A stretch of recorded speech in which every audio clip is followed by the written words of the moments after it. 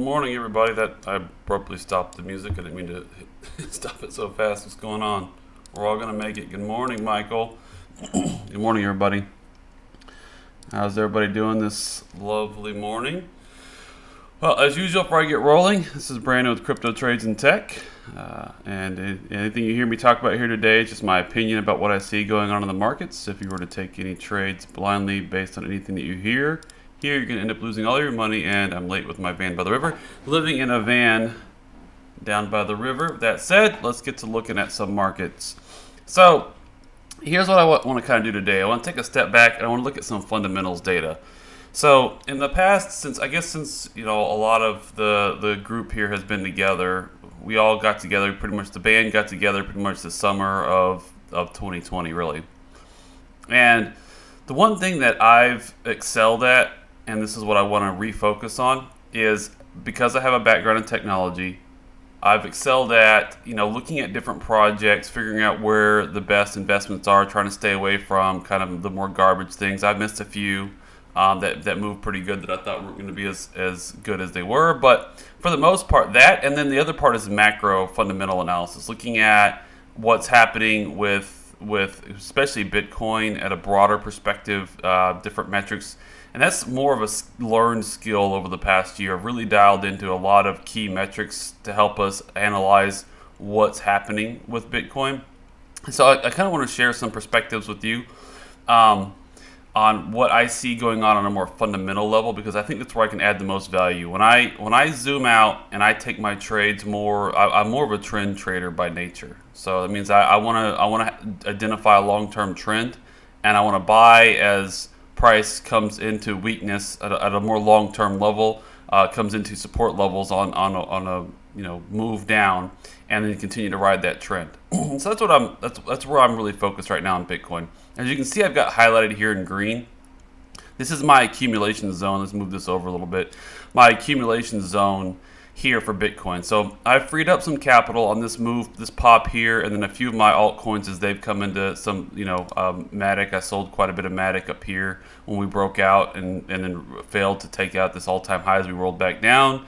Chainlink, I sold a little bit, and a few trades that I do have on. I have a little bit of dry powder, so I'm scaling back in here. I've also freed up some more fiat. I'm scaling back in to Bitcoin in this green box right here. So as Bitcoin comes in this green box, I'll have orders to refill, with what capital I have left. And the reason I'm doing that, what I want to share with you all, is the reason I'm doing that. I'm not. Let me turn this back on. I'm not, looking to take short-term trades, right? I'm looking to push the trend, to continue to push the trend. And I'm looking at a lot of fundamental data that tells me that this trend is likely to resume up. And I know a lot of people are really afraid. A lot of people are really, really afraid this is the beginning of the bear market. And why are they afraid about this? Well, if we go back in time, right, we had a bunch of people that were certain that by the end of December, we were going to have a blow-off top in 2021. It's 4 years after this last blow-off top. So we had so many people certain this was going to happen. Well, what happened? Instead, we put in a marginally higher high, something like this, and then now we've come back down and just above the prior lows that we set. So this never happened. Pretty much all this never happened, right? We made a marginally higher high and then came back and rolled over. So a lot of people are afraid, though, because they're just really, really certain that because we're into January, this is now going to happen. And I would also contend that is probably equally as silly. So I've got my magnet tool on, which annoys the heck out of me sometimes. Sometimes it's useful, sometimes it's not. So a lot of people are convinced that this area over here is going to happen now, right? So we didn't have the blow-off top, but we're in January, and this is what happens in January to Bitcoin, right? I would argue that this green box didn't happen, therefore the red box is not going to happen like people think. But I also think that we're not quite done. Now, I'm not calling for a blow-off top by any means, but when I analyze what's going on with the market, the type of conditions that we're in is more like conducive to something in this area right here. Okay? So I would put, if I look at just the different fundamental indicators, we're more like coming into an area that looks like this basically we're coming off of a local high. And the way that the fundamentals data, it's depicting to me that something, we definitely don't have a lot of downside. That's the way, another way I would put it. And I want to share that data with you. I just don't see the downside. Now, perhaps we don't have a mega blow off top $400,000 upside ahead of us. I'm definitely not calling for that. I've never have been, right? But when I look at just the overall market and the behavior, we talked about it, and I have this video I want to put back out. There's actually my YouTube feed popped up with one of my old videos, and it recommended it for me to watch one of my old videos, and I watched it for a few minutes. And over here, when this sell-off started, I did that video. I think it was like May 18th was like the big sell-off day, and it was like one of my more popular videos, just because when the market goes tanks like that, people they tend to tune in more. And so I said on that video, look, we had a rolling top. I bet we're going to have a rolling bottom. And I literally did this just like that. Like I literally, within days of where it actually took back off is when I had the rolling bottom. But then I said, then probably another rolling top is likely. And then another rolling bottom.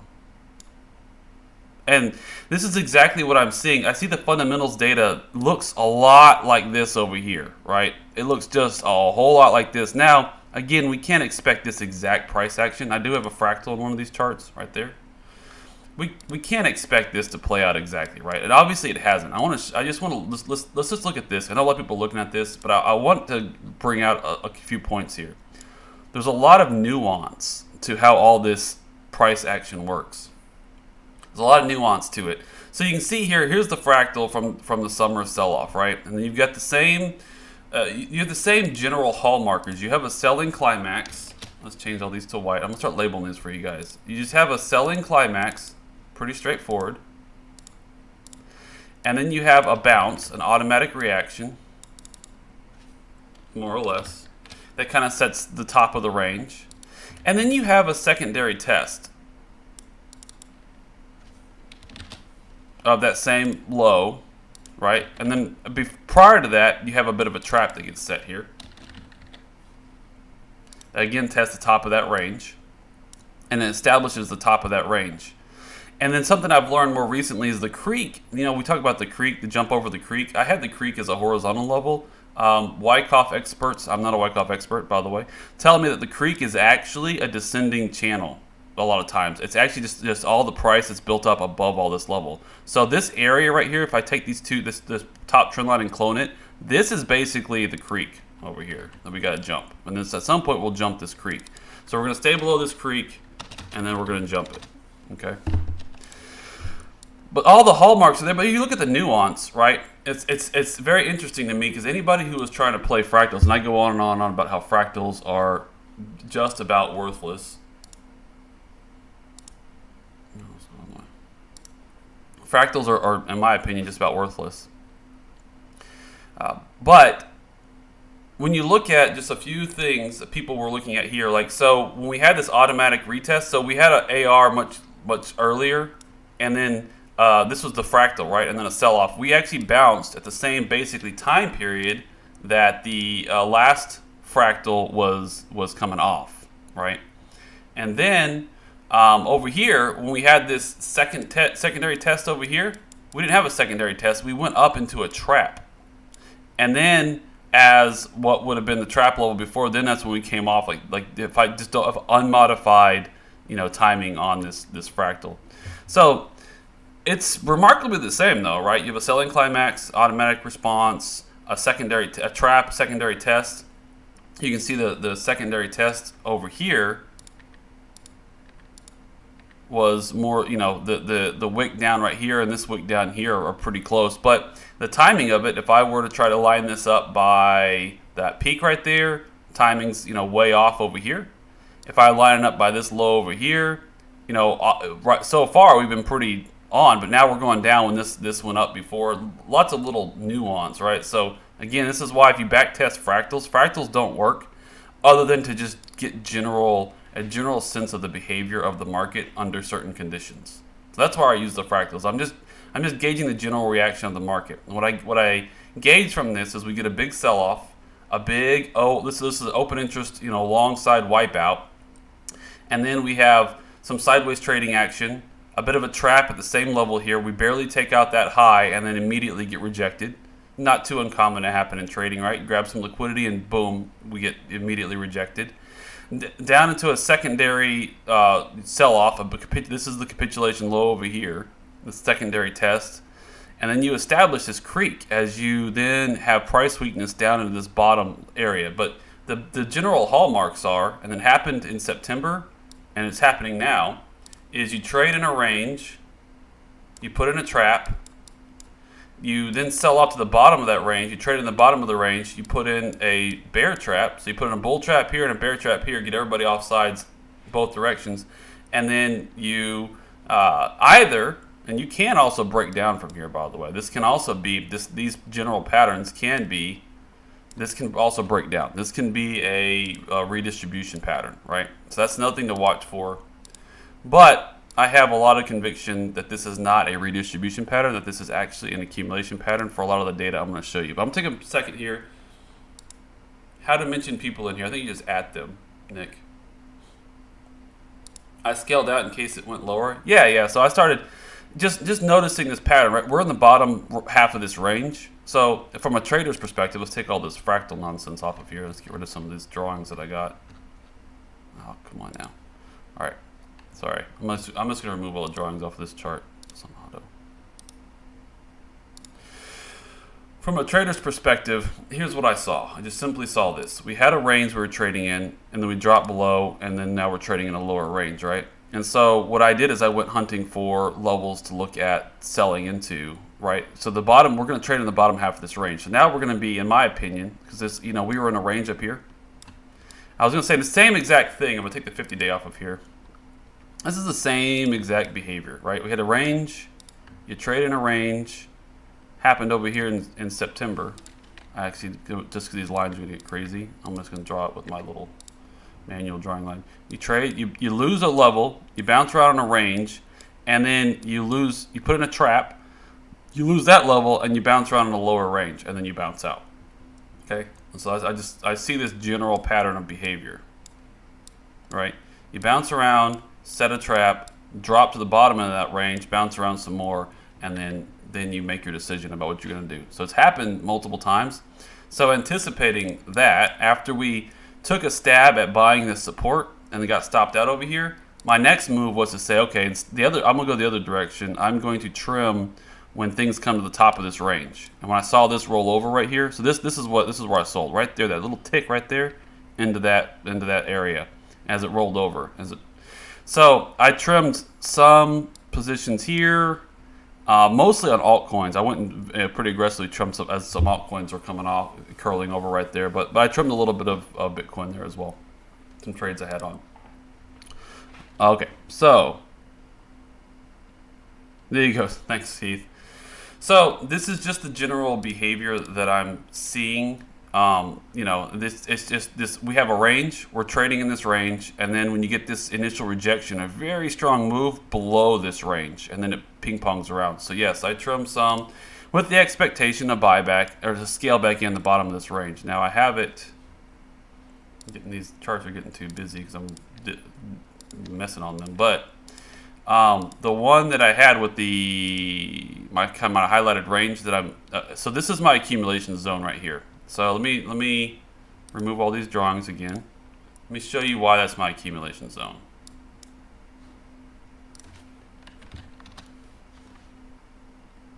I need some music, guys, so give me a second to light up some music because I'm not feeling it here without the music. All right. Again, let me get to the data, because the data, this is all price action. And again, I'm a longer term trend trader, right? So I'm not looking at real short entries. I'm looking at longer entries, much more forgiving on position size, position as to how far down or up something can go before I've decided that I'm going to throw in the towel.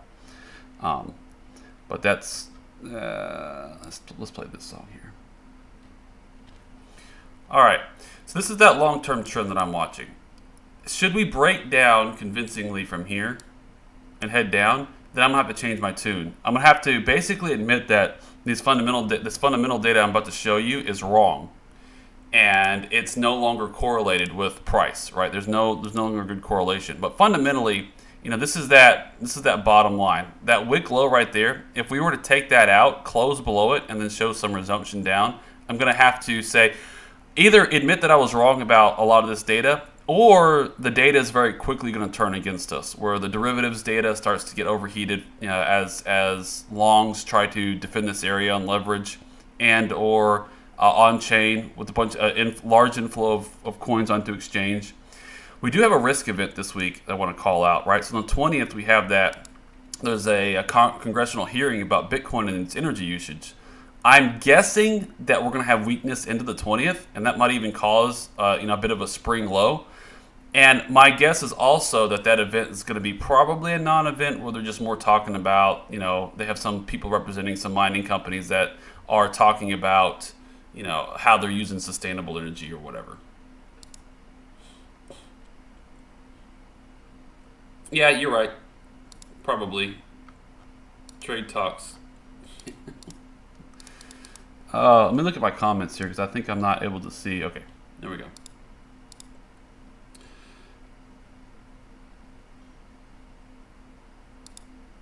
Trade talk, we have agreed the market is chaotic. Yeah, well, the market right now is, you look at how fast we've come off. Here's the other thing too that, you know, I think a lot of us have been around the block. No, there's a bounce coming. We just don't know when it's going to come. So I'm not going to be aggressive with trades until we get some bounce.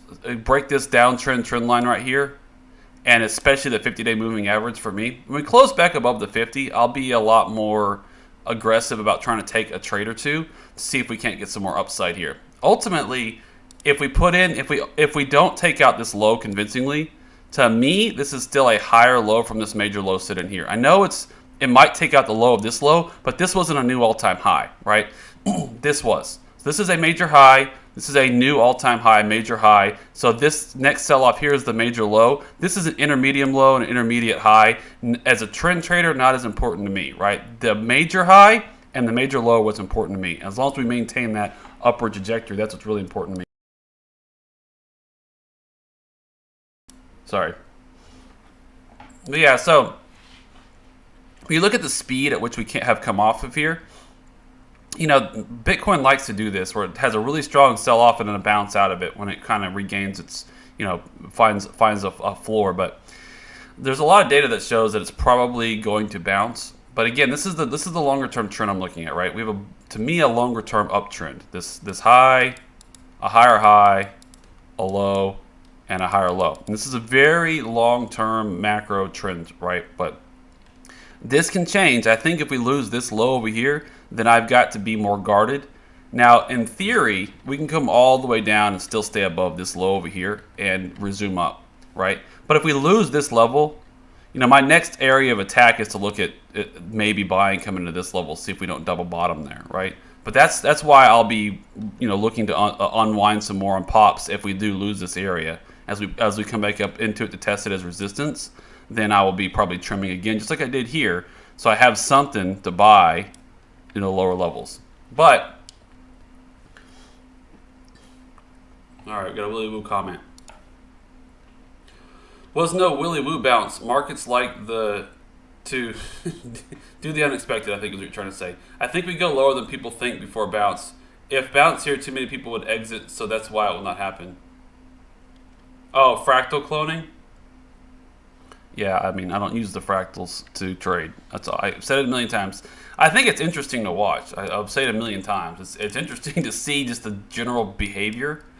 And you can see it just playing out, right? And it happened over here. This happened in a very short time frame. We had a selling climax, a trap, secondary test, or kind of like a lower, you know, a test of a lower area, a secondary test lower, put in this, it created this kind of creek, this trend line right here created a creek, and then you jump across the creek real fast. And what this does, though, if you think about this, you lose support levels so fast that if you're just manually trading, you don't have time to react to this. It just comes off so fast. And then it bounces out of here so fast that you don't have time. People that are just, you know, that aren't really watching closely maybe have to add too high. Although this was a pretty good entry overall. But it just moves. It does these very sudden moves across these areas. Now this is driven largely by derivatives, right? Open interest and options drive a lot of this, especially liquidations, which we've been much more of a theme lately, right? The liquidation events just create these massive moves. But anyway, you just see this general behavior over and over and over again. So I'm expecting this behavior of what I talked about, trading in this lower range and bouncing. Let's get to the data, though. Let's just get to the data. And then I'm going to talk about Cardano stake pools and what we can do in a sideways market.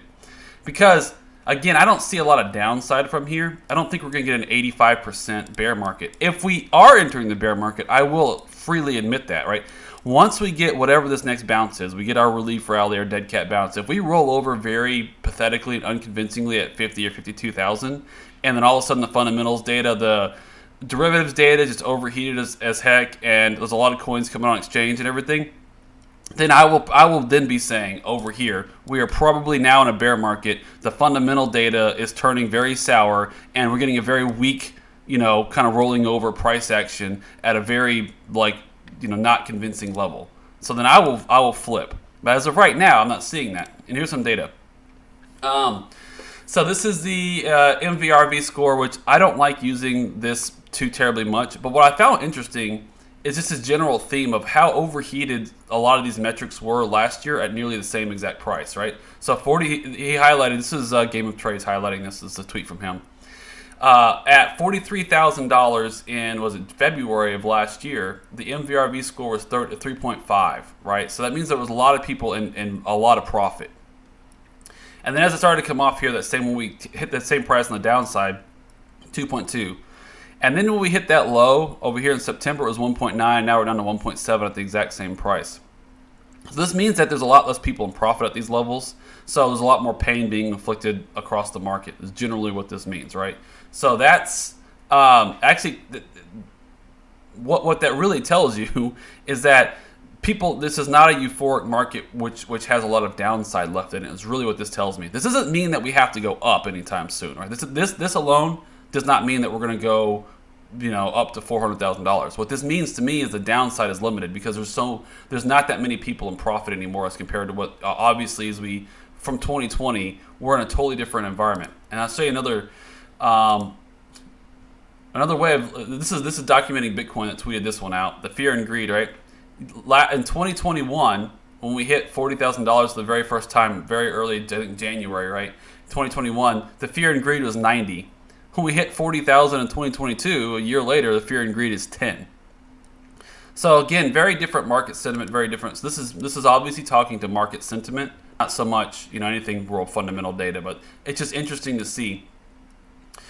So again, realized losses. We talk about the MVRV score. This is again where is the downside going to come from? You see that we have, and this is it was interesting how he panic, fear, hope, levels. I would say where he's got the hope, when we had that spring event, right in the middle of hope, it was pretty much pure panic and fear.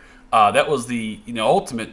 The problem with that, at the middle of this hope, that summer sell-off, that got me too. That got me on the wrong side. If y'all remember, I was like, oh goodness, we closed below the weekly level. A bunch of levels I was watching, we closed below them, and then it bounced right after that, right? And so I was thinking, oh no, we're going down to like the 20s, and boom, it bounced right in our faces and made that jump across the creek pretty fast here. It gave us an entry at 32,000 or so, which was great that it jumped across that trend line and then consolidated. So, and then we got the hope after that, right? So I think he probably should move his line over a little bit, but he's kind of highlighting a similar thing here. We get the fear. But what underneath this is the realized losses, right? So 168 hour simple moving average on realized losses. So there was a very lot of realized losses in the summer, and you can see it was a more pronounced kind of spike of realized losses. But we've had a lot of realized losses here. But the move up, if you think about, just again, go back to the chart. We had a lot more potential for realized losses over here because a bunch of people, I shouldn't say a bunch of people, I think we had more time trading in this area over here. This would be all people in profit. But we had a little bit more time. This rolling top spent a lot more time up here. So you had a lot more people that bought in at the top over here that didn't realize losses underneath over here. We had a lot less time that we were in that area over here where people are now realizing losses. But that's a couple of data points there that, obviously the market sentiment's very different, MVRV score. And then one caution, I was kind of actually looking last night for a bit of a sell-off today because I noticed this funding rate. So we talked about the funding rate. If I zoom out, I'll pull up a longer-term funding rate chart. But the funding rate flipped positive, heavily positive yesterday, which was not really good. So it means too many people were buying in leverage yesterday on this little bit of a move up right into resistance. They're buying into resistance. I don't know what people are thinking. But people were buying into resistance, and then that created that funding, the funding rate to go up. But we did have a couple of days of negative funding, which is also indicative of typically a market bottom more than a top, right? So I look at, but it can continue to the downside. But I want to show, let me show it over here. This is a better chart for derivatives, funding data, open interest funding rates. All right, so this is kind of a zoomed out view of the funding rates on CryptoQuant. But you can see that when funding goes negative, when it flips from positive to negative, that's like one of the best bottom indicators that you can get in Bitcoin, right? When it flips negative, it's pretty much the bottom of any move. And then when it goes heavily positive, it's a really good indicator of that you're getting into overheated territory and it's about to drop. But you see what happened in the summer, right? We had this mega sell-off. We had funding went negative, and then it went positive for a short period of time as people were hopeful for, expecting a bounce, and it didn't get it was a weak bounce, and then funding obviously remained negative for a period of time. And then let me zoom in now. The behavior of the funding rates, again, in the September timeframe, we had some negative funding rates in September here, and then price bounced really strongly out of that negative funding rate territory, this very bearish sentiment. And then on this sell-off here in December, we had negative funding. Then we've had quite a bit of positive funding as people were looking for a bounce. This prolonged trap move, which is longer than the summer trap move. Let me try to zoom out just a little bit to find that summer trap move. Yeah, the summer trap move was a lot more pronounced and shorter. We had a more of a prolonged trap over here. But then now we're back in a negative funding territory. But I think you can see here, when we go negative funding, that's a lot of bearish sentiment activity. Pretty indicative of the market sentiment. Now, this is true in a bull market. What we don't have is really good, let me just zoom out. We don't have really good derivatives data for a bear market, for a prolonged bear market, right? So the best we have is kind of over here in 2019. But the data, so when options and derivatives really became a thing more like 2018, they launched 2017, 2018, right around the end of 2017, early 2018. So the derivatives market was really pretty small and didn't drive things like it does now until more about 2019 to 2020. So this is really all the data that we have. So there is going to come a point in time when we are predominantly negative for a long period of time, or neutral, maybe more neutral for a long period of time, whenever there's enough spot selling. But what you have to have is the spot selling to confirm this negative, this very bearish bias on the derivative side. And what we're looking at, let me explain what this is. Okay, so when we talk about derivatives, we're talking about mostly perpetuals options, the perpetuals futures, that contracts. And the perpetual futures contracts are generated by market makers. There's both a short side and a long side to it. And the funding rate is a derivative of market interest, right? So the more people that are buying the long side, the more the rate of buying those goes up. Because the neutral market makers, the ones that are enabling this market liquidity, they have to take the opposite side of the position in order to enable those contracts, and they'll have to hedge their position based on. So if they're net bearish, so when funding is positive, they're actually net bearish because they're having to take the short side of that contract, but then they're also hedging to make themselves neutral in how they trade. But they're just collecting that premium, so they have to charge you a premium to buy that futures contract, so they can buy their hedge protection and make a little profit. So that's what drives this negative or positive funding rate, right? Is whichever side of the market participants, when there's more people buying one side or the other, it's going to drive the rate to that side, as the market makers, who are going to be delta neutral, are trying to maintain their neutrality and their hedging, and this is how they make their profit, right, off of this funding rate. Okay, so when you see that the funding rate again has gone negative, that simply is an indicator that more people are buying the short side of the contract. Now, there's some other really interesting ways of looking at this. If we look at open interest, let's go over to open interest. Okay, so this is the purple line is the total open interest. Is this right? I thought we had an all-time high recently here. Fund data. It's not exactly what I was expecting to see. Was it market premium was an all-time high? Nope. All right.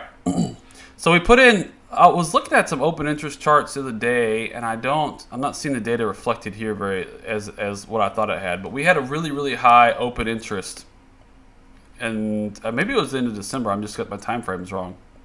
Yeah, it was into December. We had an all-time high in open interest, or November, and ever since that long liquidation, it's come crashing down.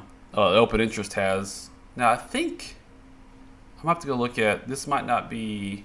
I'm looking for exactly long liquidation. No. But nonetheless, I have to go find the chart. It was a different data aggregator. It wasn't CryptoQuant then. It was a different data aggregator. What they were showing was, if I zoom in here, let's see if I can get a little bit of that information. This relationship between, so when the selling pressure started, we had an increase in right through here. This is more or less the area I was looking at. We had an actual net increase as some of the selling pressure started on open interest. And then this isn't showing it like I thought it was going to. But when we have these big sell-off events, normally your open interest gets wiped out as longs get wiped out, and they are forced to close their position, and then thus the market makers close both sides of the contract and then take their profit, right? And because again, if there's nobody buying one side or the other, there's less buying as people are closing contracts, they close both sides of that contract. So the open interest in general, the amount of derivatives against the underlying asset gets reduced. So we were seeing some signs that as the price was coming off, open interest was actually rising. Now, let me see if this is, maybe I'm just not zoomed in enough here. But there was a period of time when open interest was rising on price coming off. I have to go find that tweet now because this is not showing it. But nonetheless, the point being is that as price is coming off here, open interest is holding pretty steady from this. You see this, what open interest was over here as price was coming up. So what this tells us is that, again, along with the negative funding rate, that the market is net short on Bitcoin from a derivatives perspective.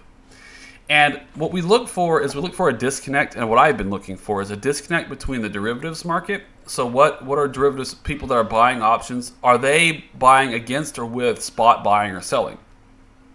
So this was really pronounced in the big sell-offs, the big September sell-off that we had. If I can go back and find the September sell-off right here. So there was a big delta. So there was a lot of, you see this derivatives being just up and up and up. The derivatives open interest was just going up and up and up. People were buying long contracts, expecting an end of the year blow off top. They're buying them really, really, really strong in this price action. However, there was a lot of spot selling going on right through here. There was a lot of coins coming onto exchange right through this time period. And there was a lot of indication of actual spot selling. So the price was being driven up on derivatives, but they were driving price up, and the funding rate was rising pretty precipitously through here. The funding rates, if I go to the funding rate tab, let's go to September here. Yeah, the funding rate spiked right there. The problem was there was net selling of spot. So when you see that inflection between the net selling of spot and buying via derivatives, funding rate going up, that tells you there's a problem incoming. And that's basically, you've got a bunch of long positions that are going to get liquidated as the spot selling continues. And so there's nothing, if there's spot selling and buying via derivatives, at some point the derivative side is going to break, right? Because there's nothing propping up that price. And when that price breaks, then you get this large liquidation event like we'd had over here in September. And obviously the same was most certainly true of the springtime going into summer. Right through here, this lower high that we put in, there was net spot selling. And a lot of this price is being driven up or propped up really by derivatives. And so when you had the spot selling caught up and there was not enough derivatives buying going on, when people started closing those positions and going the other way, it was a very quick cascade downward. All right, so long story short, I'm seeing the reverse happen right now. I'm seeing lots of indications of spot buying, but lots of indications of negative net selling via derivatives. So that means the open interest is remaining pretty high even after this big cascade sell-off. The open interest, I think it's the bigger takeaway, is the open interest is still fairly high after all this sell-off. You see how low it was just in the September sell-off? We're higher than that, and we're overall the trend is up and to the right on derivatives. Now it did hit a high here in November. This was a significant sign, right? That's another thing I pointed out in November when we lost that 67,000 level. It looked like, again, coins are coming onto exchange and derivatives are going, especially the funding rate was going very high. Both open interest, the overall amount of contracts open, and the funding rate was also very net positive, and that got wiped out. I'm seeing the reverse happen now, and I'll show you why I see that. So this is our exchange reserve, right? So this is the amount of coins that are on exchange that can be sold. And you see the net trend obviously has been down. And we are at now the lowest levels that we've been on this indicator. This is more or less, this is the raw data that they use to derive the liquid and illiquid supply ratios. There's more that goes into actually defining what's liquid supply versus not liquid supply, other than just the exchange reserve ratio and how many coins are on exchange. But this is just the base raw numbers that they use, and there's some other data aggregation that they do to figure out what's liquid, what's illiquid, right? But you see overall, the exchange reserve is just a very simple raw data way of showing this. We're at really all-time lows. We've had net spot buying, especially right here. This little tick right here, this is net spot buying. But we've had net spot buying all the way from this trap all the way down. So when I see that, right, I see net spot buying, but I see open interest remaining high. And I thought it was higher than this, I'll be honest. But spot buying, open interest high, and the funding rate was going negative for a period of time until yesterday, which we might have wiped that out. We'll see tomorrow what the print is tomorrow. Let's go back here. Well, no, it went back positive as of the 14th. Very slightly positive, and then yesterday it spiked. So somebody bought a lot of long contracts on the 17th. So we'll see if it flips back negative. So this is what, other than yesterday, which is an outlier, and this one day where somebody bought a lot of long contracts, they're probably wiped out now. Or they probably have had to close those positions now. That's a lot of the data I'm looking at, right? And I'm seeing this general trend. And let's look at comments now. This is the general, I had this comment up the whole time. You guys probably were missing a bunch of data. I'm sure you're all screaming at me in the comments as I talked about that. Sorry about that. Yeah, I've used the Fibonacci circle before. I don't know how to use it right, so I don't use it or ever reference it. I've messed with it, yeah. But again, it's not something I have. You can kind of see. I look at a lot of different things, a lot of different data, and I try to keep the charts as simple as possible. I look at the RSI and things like that every once in a while, and I look at fib levels, retrace, and like. To your point, it's a good point. I need to put the fib retrace on here for this move, assuming this was the bottom, right? We don't know yet for sure until we kind of get resumption. But if this is the bottom, I love fib levels on a retrace, and I love fib levels on fib extensions. It's great for price discovery because you have nothing else to work with, right? When you're in price discovery, you don't have any historical price to work with. That's where I mostly use fib levels, is on those extensions. But should this have been the bottom of this sell-off, right, we can expect a bounce to probably at least a 382, if not the 0.5 level. This is kind of the general golden level that I look for on dead cat bounces, is just try to see if I can get in there. But this range right here is really kind of that, this is not the golden pocket, but kind of the golden pocket for bounces for me. This is the area I'll be looking for, speaking of fib levels, right here, if that was the bottom. I'll be looking to see if we get in, what happens when we get into this range. Is 0.5 resistance, is 0.382 resistance. That would be a really weak bounce. That's not good if we can't get past 0.382 and it acts as resistance and starts to roll over underneath that. But I would be expecting at least a 0.5 bounce off of a big sell-off like this. So that's where I use the fibs. Now the fib timing tool, I've tried the fib all those trend lines, the fib trends, and all this other stuff, it just gets to be way too noisy. And I'm already looking at enough data. I'm looking at so much data that I need to keep the chart as simple as possible. It needs to be, for me, for trend validation, it's more the SMAs, right? And then what I look for when I look at the SMAs is also separation from them. How far detached are we from long-term moving averages?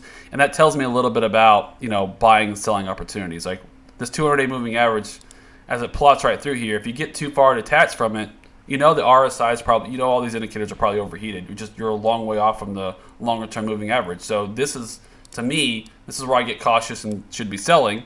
And then when you get really far below it, if you're a longer-term trend trader and you see this as an uptrend, this is an opportunity to accumulate, right? Generally speaking, in my book. But nonetheless, I try to keep my charts very simple, just horizontal levels, a few trend lines, and fib levels when they're needed, and SMAs. All right, let's go back to this here. Thoughts on buying spot ADA right now and waiting until BTT tests September lows? I'll share with you that I had bought spot. I took a stab at buying this right here, and I got stopped out. The market did its job. I tried to buy at this little support level one. I think we bought at 118. And I was stopped at 116, right? So I just basically, it was like a bounce or die play. We got stopped out, and then the market went the other direction. So I have not yet bought more Cardano. I am looking to accumulate more. The other thing too is wait until BTC test September low. The thing is we don't know that it's going to test the September low again. I want to highlight that also. We do not know for a certainty that this is going to be hit. It seems likely because there is a little bit of liquidity. There's a tiny bit of space. When we tested it before, we came within a few dollars of it, but we didn't quite hit it. So very good chance we do come back down and go ahead and slightly wick below it before we resume up. But we don't have to. The reason I say that, let me pull this up.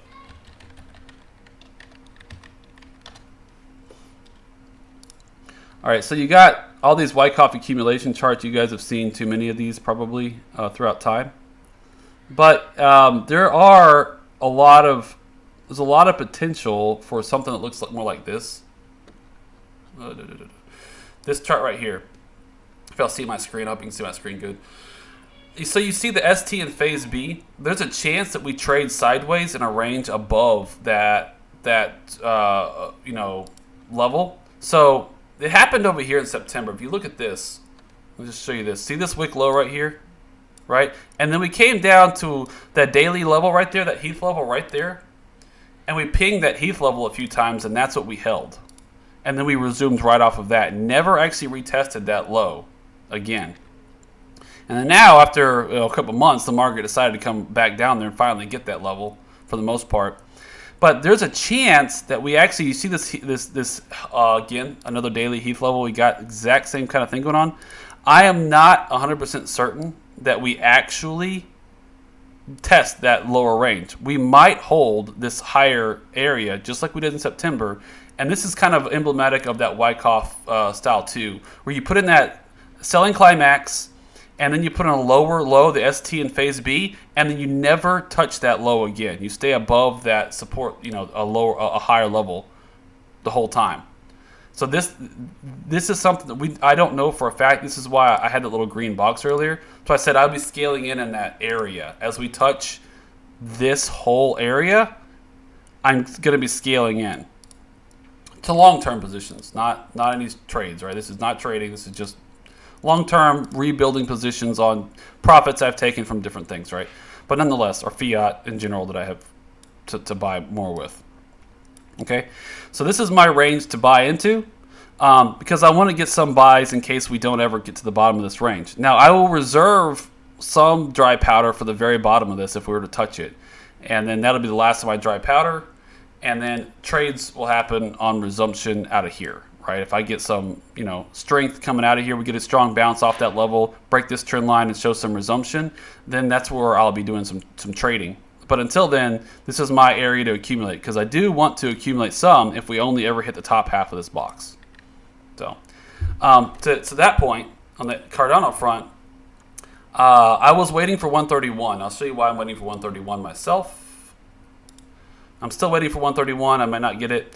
But if you just draw this general downtrend, these two touches, these two highs here, what happened was we broke that downtrend right at, so we came into that trend line, found that trend line as resistance at 131, cooled off, and then broke through. You see this kind of a doji candle here. This is pretty much a doji candle on this daily, very indecision candle as we broke that trend line. And then we got a strong reaction to the upside after this doji candle, this indecision candle, when bears couldn't push this down and the bulls took over. This is a really strong support level, I would consider it. And this is where I would want to see if we can't come back into to buy some.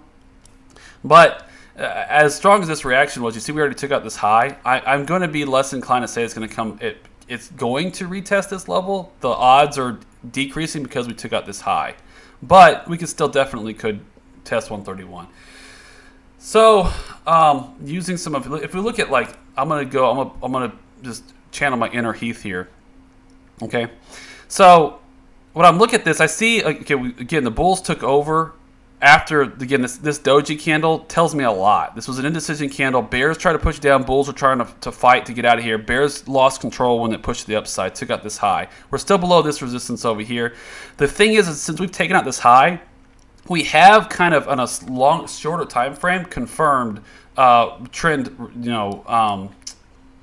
a change in the trend in the intermediate trend right here. And what we're looking for is a higher low next. So we put in a little bit of a local higher high off of this high. We saw this high to go. But what we want to look for at this point, now that we've made this higher high, is I want us to put in a higher low.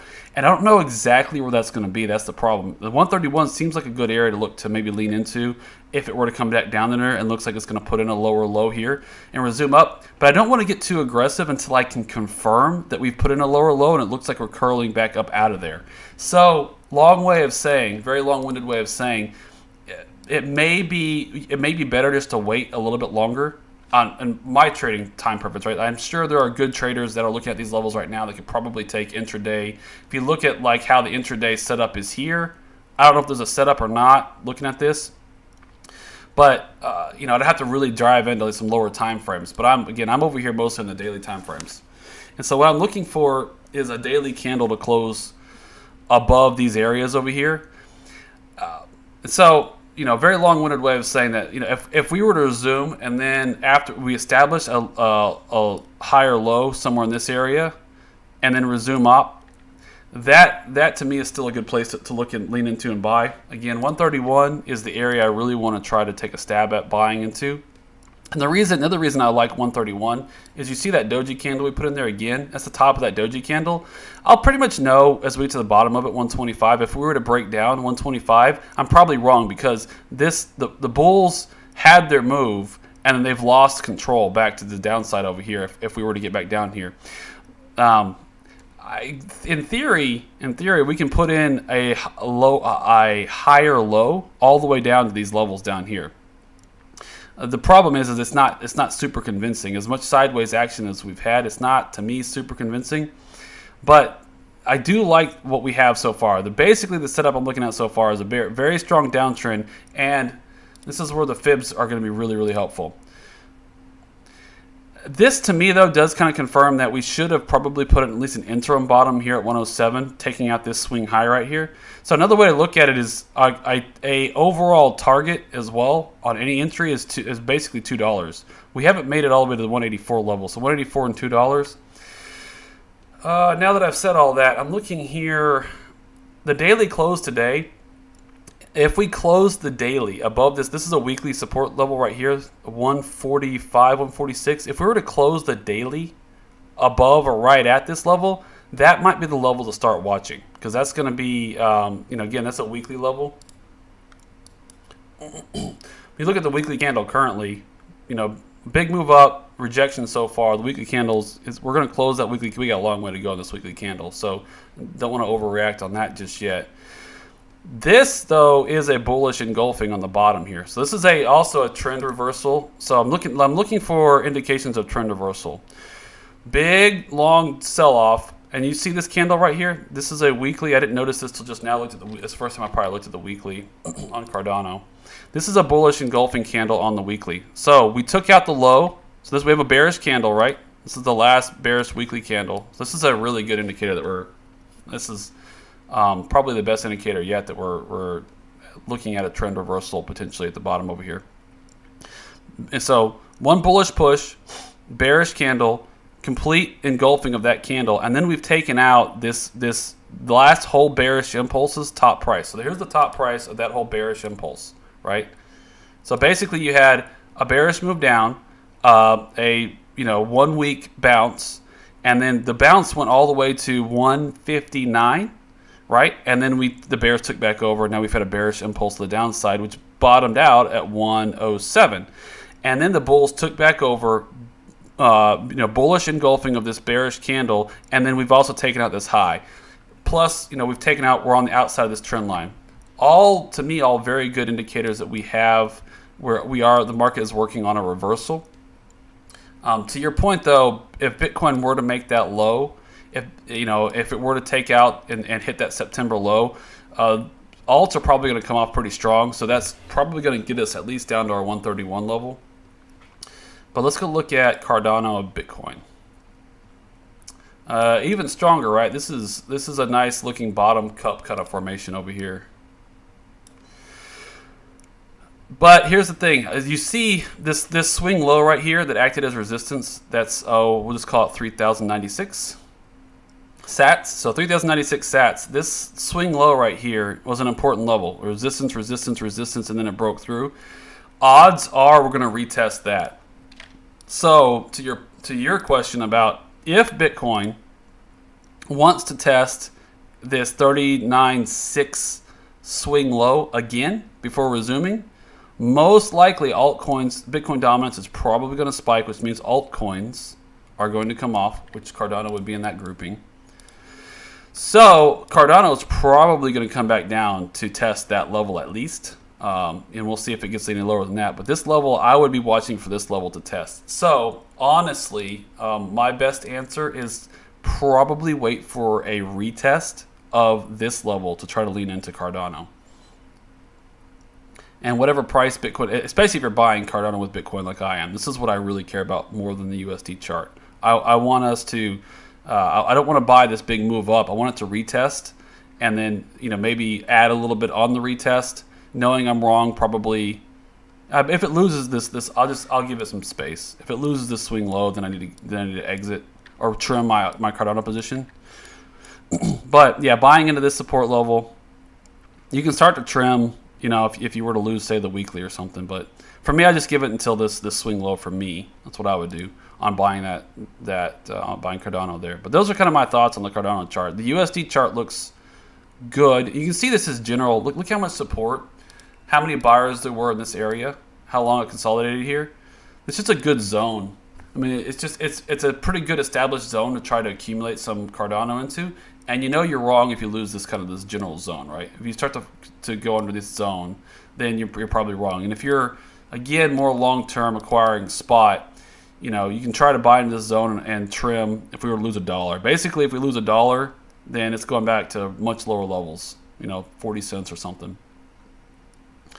But I like this. But the other thing too, in times like this, it pays to be very patient because you're probably not going to get this huge monster move like this. You might, but the odds are that you're going to spend some time kind of forming a bottom and turning around and getting out of here. And you can see that turnaround. I'm going back over here. You see how when we broke out of here, it ping-ponged around a little bit, and it established some good support areas for you to work with. I'm on a 12-hour chart right now. But right here, you see this breakout, and you see this area of support that got built up over here.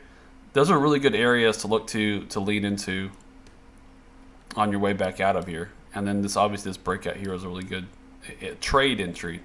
But if you're looking to accumulate, your question was spot ADA. Yeah, I think this whole zone right here, you can see it's definitely wanting to put in a bottom. It's this price action that we have here taking the swing high is kind of like this right here.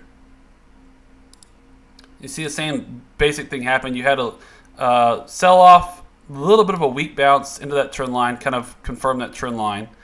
And then you get a bounce out of here. You get this breakout of that trend line, and you barely take out that swing high. and then it comes back and spends some time hanging out and establishing a support, and then it launches. So my odds are, I would say it's going to give us a bunch of stabs at acquiring, you know, somewhere in this zone.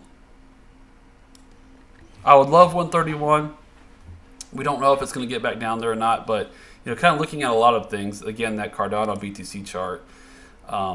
If Bitcoin were to come down to 39,000 or 39.6 or whatever that level is, and Cardano were to come back to test Cardano versus Bitcoin wants to test that trend line, you're talking. That's probably $1.22 ADA back to this bottom level over here, right before the breakout.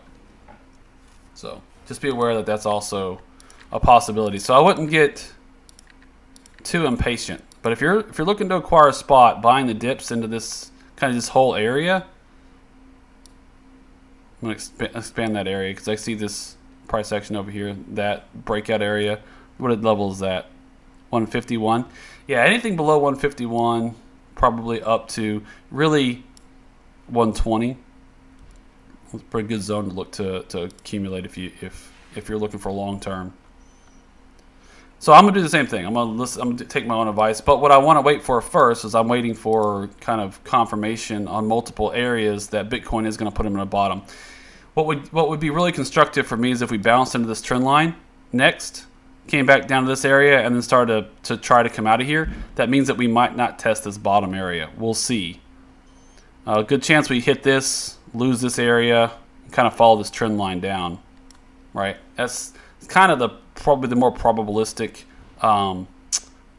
you know, view of what's probably going to happen. But nobody. Like, I don't know. I clearly don't know. All right. Cardano looks like a double bottom. Yep. Yeah. Yeah, it's definitely, you can see if I've dragged this down right here, this whole area through here is just, it's going to be good support. Ever since we, you know, hit resistance right there at $1, it's just basically $1. I mean, it's just a good psychological level. You know, $1 is going to be pretty strong support for Cardano, it looks like. Again, if we enter a prolonged bear market, you're going to test it, and then finally lose it, and it's just going to snap downward pretty fast down to 40 cents, right, or something like that. So just be aware that if we do lose $1, it's got some downside. But if we can hold $1, and if we get some resumption here, then, you know, potentially good entry. So caution both ways, because that's, if you lose $1, that's your next level. It's 40 cents, in my opinion. A buck right under here. All right. Let's go back to questions here. How about Litecoin? I want to talk about something else before we wrap up, guys. I do have to wrap up here pretty soon. Haven't bought since September, but I'm thinking of buying here, says Nick. Different Nick, yeah.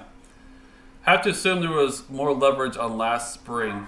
Yeah, there was. There was more leverage last spring. I don't know if I have the chart pulled up here. There was more leverage last spring. Well, the OI level, I don't know. OI might have been lower. Let's look at it. I think actually OI was yeah. So you see, other than the April peak, that was the highest we had in OI. Open interest was actually higher in November, well, predictably so. But you look here, look how much lower, Nick, to answer your question. OI was a lot lower. OI got wiped out a lot worse on the sell-off in the summer. And so we are way above. If you look at, you know, open interest is up and to the right, really. But you see the sell-off that we've had here. OI is staying pretty resilient and pretty high. It's been moving up. It's not too far off of. Let's see here. If you enjoy that horizontal level, yeah. It's OI is about the same as it was open interest. Total open interest. It's total open contracts is the same it was roughly March of 2021. And it's still, you know, other than a small peak in September, it's higher than pretty much all of September and most of October. So we have the peak, you know, in November, late October. What month is this? Yeah, late October and early November. Those peaks, it's below that area now, but it's up and to the right. I mean, open interest is really, really high, and we've had just a lot of long liquidations of open interest. So this open interest kind of remaining elevated, again, it's further signs that it's mostly buying those short contracts. There's almost a 1-to-1 correlation between USD on exchange versus Bitcoin price. Interesting.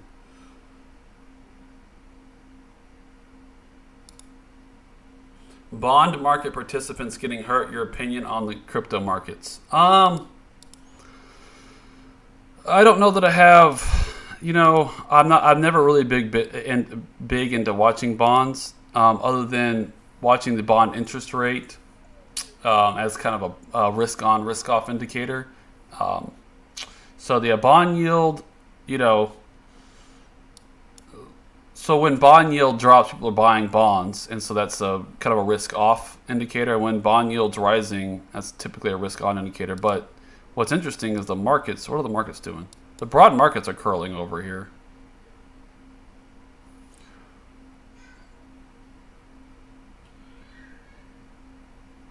Yeah, I don't know that I have a good read for that. Although I just wanted to say that when the broad markets, I think people are looking for more downside than there probably is, but who knows? I don't have an answer on the bond markets. I'm not a big bond guy, so I'm not the right person to ask about that. I'm just seeing the bond. We have a breakout of the bond yields. So this is on the back of interest rates rising though too. So I mean, it's not like the market sets this price largely, but the Fed will intervene and set the base price on this. So.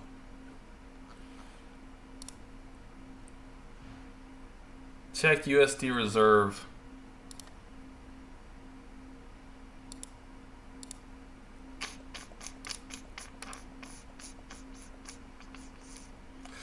Yeah, I'll look at that later. I'm not going to be able to find that quickly. Last thing before we go, Cardano, SundaeSwap, and yield farming with Cardano.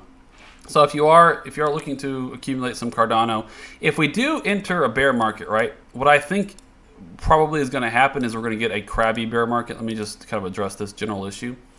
So I don't know that the downside is there for a lot of reasons that people are looking for.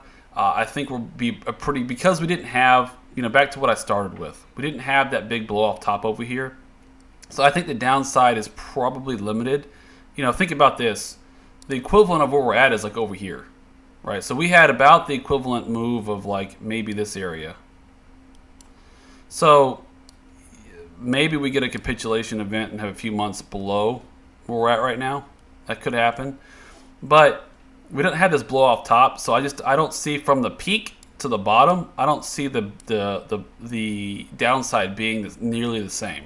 Because we just didn't have a peak like this. We had months and months of basically, if you took this price action and expanded it for a whole year, that's what we had. So I don't see us having a lot of downside unless, there's regulation or some type of other black swan event. We'll talk about, we'll take that one day at a time. But if we do lose these levels and we don't really get, or we roll over at 50,000 to 54,000, right? And then we roll over there, whatever it comes out to, and we do enter a prolonged kind of bear market, it's going to be, in my opinion, a kind of what I call a crabby bear, a lot of sideways price action. And in that case, if you're still invested in crypto and you want to try to get some return out of your crypto investments, you have to do really short-term, trading. If you want to try to take advantage of sideways markets and trade the ranges going sideways, which is, if you're good at it, you can do it. Not really my forte, so I'm going to be leaning into just yield farming and things like that to try to increase my base position until the next run. So, I've got a decent-sized Cardano position, and I'll be adding to my Cardano position. So what I've done is I've went and I've re-staked my Cardano from the staking pools that I had them in to these pools that were selected. So there's the initial offering, the initial sales offering or whatever, initial swap offering for SundaeSwap. In order to get SundaeSwap, you can't buy it right now. The only way to get it is to get it through staking your Cardano with one of these pools, these ISO pools. These are called scooper pools, basically. But if you go and you stake your Cardano with one of these pools, you can find it on this poolpeak.com. And then what you do is you go down here from the main pool peak for the Cardano Stake Pool Explorer. You go down to SundaeSwap. Click this little SundaeSwap, and it tells you all of the pools that will reward SundaeSwap tokens, right? So these are pools that were selected by the community, voted in as pools that would be awarding SundaeSwap. In addition, you'll get your Cardano stake, but you also get some SundaeSwap stake out of it. So it'll be a blend. Let me put this in the chat. So I've restaked mine there, and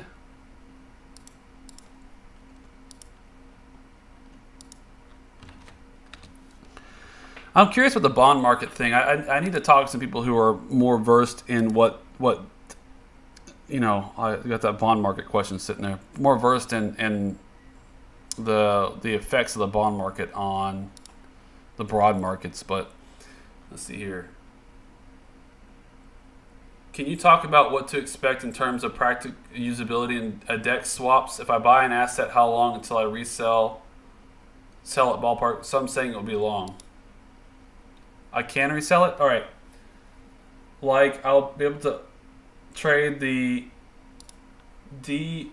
I've got a pointer on my way here. DFX, DEX opening. Okay, well, I'll be able to trade the DEX opening. So with SundaeSwap specifically, I don't know that there's any pairs that are available for trading, or what pairs will be available for trading day one. There will be, I guess, I don't know when the SundaeSwap token itself goes live. I honestly don't know. I haven't looked into it. All I care about more is the liquidity, providing liquidity, being a liquidity provider, and getting some yield out of it more than swapping on the DEX. I'm not a big fan of DEX. It's trading on DEXs right now because the only really usable DEXs are really Uniswap, and it's to get a lot of the coins you want, they're not on layer 2s, and they're still kind of pricey with the transaction fees. So I don't use DEXs a lot for trading myself. I do it more when there's a coin that I want to buy, I want to acquire, and it's okay with me to have a massive acquisition cost through fees because it's just a token I'm really interested in getting. But yeah, I don't use them a lot for exchanges. I care more about the yield farming part of it and providing liquidity. So I honestly don't know. I haven't looked into SundaeSwap, but as far as the technical aspects, this whole settlement issue, people are really concerned about how long it's going to take to settle transactions on Cardano. There's a difference between, a transaction being processed and then transaction finality and then permanent finality, right? So the main differences are with Cardano, it's different than like the EVM with Ethereum. So with the Ethereum, you have a smart contract, and all that information is in the EVM mempool, and it's being selected to be put into a block in a separate mechanism. With Cardano, you're actually directly writing UTXO values as a part of your smart contract. So all you're doing is waiting for a miner to select those UTXOs, those transactions, to be put into a block. So as soon as that happens, so your transaction can be sitting in the mempool for a little bit until it gets selected, and then once it gets selected, then that transaction is initially finalized. So you have initial finalization of that transaction settlement on the layer 1 blockchain, but all applications are going to wait a few blocks before finalizing that transaction, and then complete finality happens after a period of epochs, where there's some rules around if you're going to truncate the transaction history. At what point do you start truncating? And basically, your transactions are considered completely finalized at the point when you can start truncating those transactions off, right? For truncating rules. So that might take a long time before you roll off until you're in like a just completely finalized state. But everybody's going to consider a transaction finalized after a few blocks. So in theory, when the DEX first launches, it's using the main settlement layer for Cardano. And that main settlement layer is really meant to be an aggregation of what's happening in the Hydra heads, right? Where you do finality back to the main ledger. So at some point, like SundaeSwap and all these other DEXs will move to their own Hydra head, where they have their own ability to do multiple transactions within that head before rolling all those transactions up to the main layer, and they can indefinitely live in that head. So initial launch, we'll see how it all plays out. I honestly don't know. There's a lot of kind of conflicting information about, worst case scenario for transactions. But I don't have a good answer until it goes live, because until it goes live and we see how much, really it depends on how much usage there is, how full the blocks are. That's really what it boils down to. How much contention there is for block space when this DEX first launches. But once it's operating pretty smoothly, once the initial rush is over, I'd imagine it probably will be a couple of minutes before transactions are actually processed. Unlike a lot of the FUD, and then when they move to a Hydra head, they can change the rules. Like within a Hydra head, you can kind of change the rules, and they can do transaction finality a lot faster, almost instantly if they want to. And so that'll change a lot of things when they get to move off to their own Hydra head, which is coming as well. So the answer is I don't have a good answer for you, because it really just depends on, again, how much contention there is for the block space. All right. May have to use the DEX to get the right tokens for LP farms on Cardano. Yeah, that's true too. Yeah, of course. Yeah, and so the same thing is true of other DEXs, right? And when there's that initial rush, I'm the type that will hang back, and I'll wait for, if it's, I will probably put a very small order in with a very large slippage, just to get some tokens, just to get started, like a 5% slippage or something, just to get something processed. But it's like 1% of what I want to buy, and then I'm wait for the hype to die down, and I'll wait the next day or off hours, and I'll go start to acquire more when everything calms down, the slippage is down. But a lot of times too, you get these initial pop in the price of these coins, and they come off pretty precipitously in a few days. So if you give it a week and you're just kind of patient with it, you can get into a lot of these coins after that initial pop, after it cools off, for a lot less, and not a lot of slippage and everything. So if everybody expects 54K, won't they front run it? Thanks. Yeah, possibly, but then this happens, there's a million people that use these fib tools, and so, you may be front running it too, but yeah, I mean, sure, it could happen that people front run it, and that's why I say 382 is the other, this range is what I'm looking for. I've seen plenty of sell-offs that don't bounce to the 0.5. It's just a good place to watch for. It doesn't have to hit these levels, right? This is just, the odds are, the probability is it's going to come into this range at some point. Once we find the bottom, I mean, the bottom could be lower, right? Again, we could collapse and go down, further. And if the bottom was, what the heck? What are my fib levels? If the bottom was way the heck down here, that changes where the 382 and the 0.5 also come into play at. But as of right now, if this is the bottom, if we kind of bottom out here and we turn around a little bit, then this is the range we're looking at. And of course, people can front run 0.5, people can front run 58, 65. We might not even get there. The probabilities are, I would say, you've got about a 60% chance to hit this level at least, and probably like a 40% chance to hit this level, and then the chances reduce drastically on above here on a bounce, and then the odds of hitting like the 283, the 46 are like probably 85%, right? So this is just a good range to look for, because the probabilities are more or less in your favor that you're going to get into this area on an initial bounce. All right. That's pretty much all I had. So we'll talk more about when SundaeSwap goes live. Probably there was a lot of good community support around the MyR app and everything else. I didn't talk a lot about it, but let's keep the thread going on what's happening with SundaeSwap and the DEX, and helping everybody figure out how to get in that ecosystem and get some yield farming done, so that we can, again, if we're going to enter a really boring sideways bear market, yield farming is a good way to kind of pad your downside. If you're going to ride out the bear market, then at least you can be doing something to earn some yield while you're in there.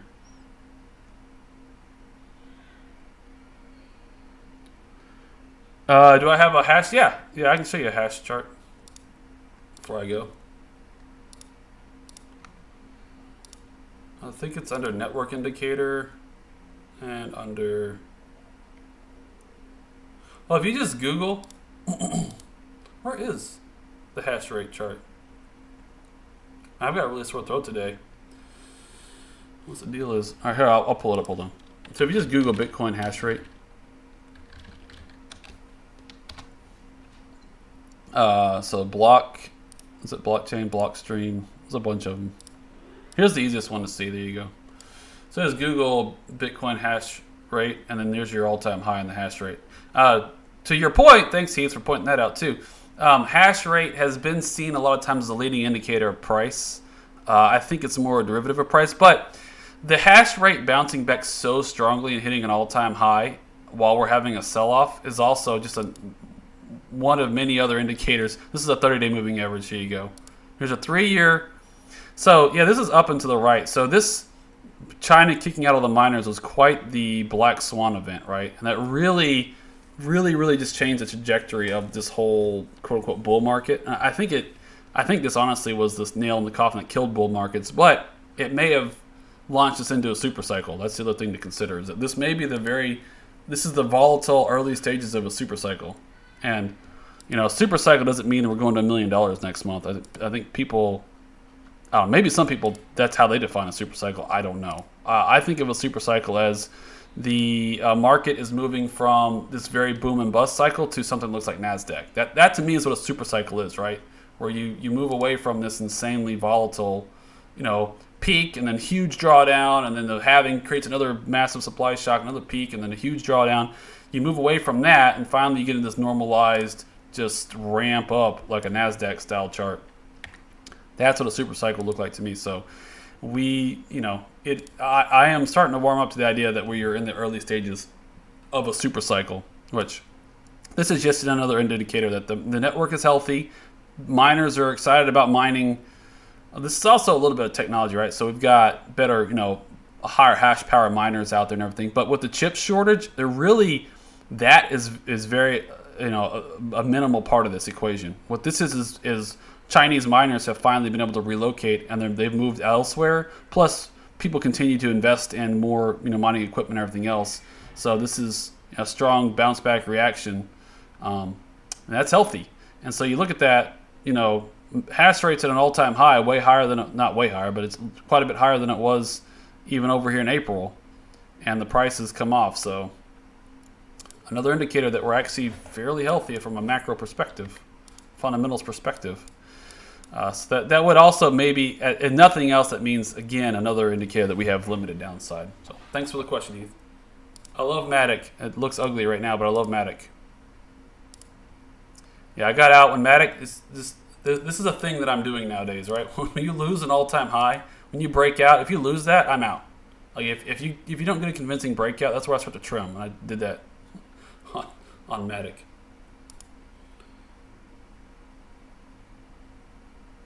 Yeah, so thanks Heath for bringing that up.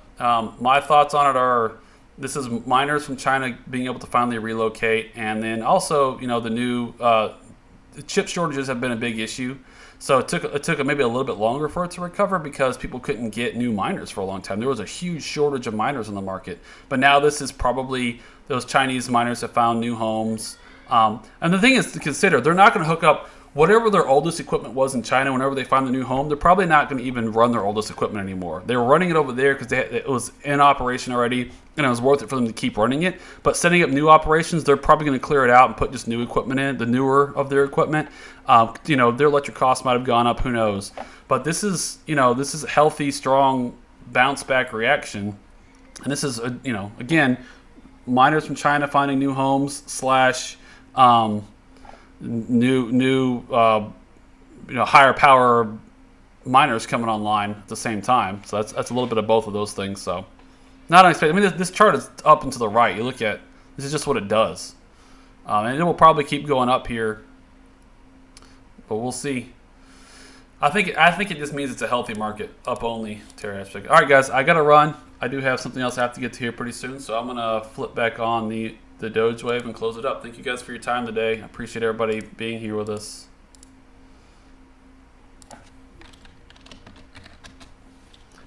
I hope this was a helpful session. Let's see, here's my Doge-wave at.